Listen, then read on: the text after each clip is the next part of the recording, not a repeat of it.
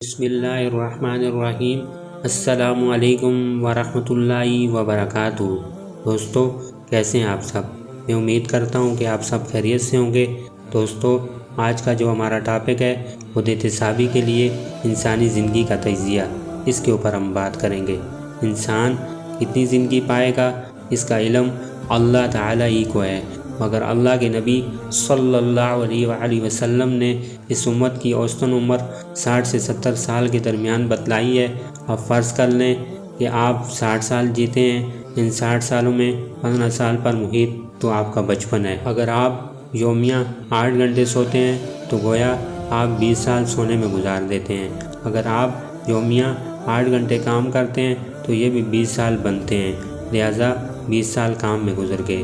اگر آپ دن میں صرف 2 مرتبہ کھانا کھاتے ہیں تو کم و بیش نصف گھنٹہ اس میں خرچ ہوتا ہے۔ اسی طرح دن میں کئی مرتبہ قضائے حاجت میں کم از کم آدھا گھنٹہ خرچ ہوتا ہے۔ یوں ان لازمی ضروریات میں 3 سال کا عرصہ صرف ہوتا ہے۔ سوشل میڈیا، کھیل کود اور باقی کاموں میں گزارا گیا وقت اگر ہم شامل نہ بھی کریں تو بچپن کھانے پینے، سونے جاگنے اور کام کرنے میں مجموعی طور پر 58 سال کا عرصہ گزر جاتا ہے، باقی بچے 2 سال۔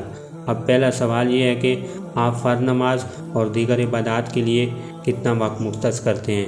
دوسرا سوال یہ ہے کہ اگر آپ سمجھتے ہیں کہ عبادت صرف نماز پڑھنے کا نام ہے اور 24 گھنٹے کی زندگی عبادت نہیں، بلکہ آپ کھانے پینے، سونے جاگنے اور کاروبار و ملازمت میں اپنے آپ کو احکام شریعت کا پابند نہیں سمجھتے، تو جب روز قیامت اللہ تعالیٰ پوچھیں گے کہ عمر کن کاموں میں خرچ کی تو آپ کا جواب کیا ہوگا؟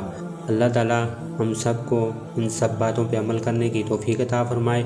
اللہ تعالیٰ ہم سب کو قرآن و سنت کے مطابق اور مکمل طور پہ شریعت کے مطابق زندگی گزارنے کی توفیق عطا فرمائے، تاکہ جب آخرت میں ہم سب سے سوال ہو اس وقت رسوائی اور ندامت کا سامنا نہ کرنا پڑے۔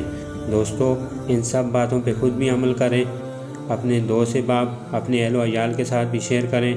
اچھی بات دوسروں تک پہنچانا صدقہ جاریہ ہے۔ دوستو، اپنا خیال رکھیے گا، ملتے ہیں انشاءاللہ اگلے ایپیسوڈ میں۔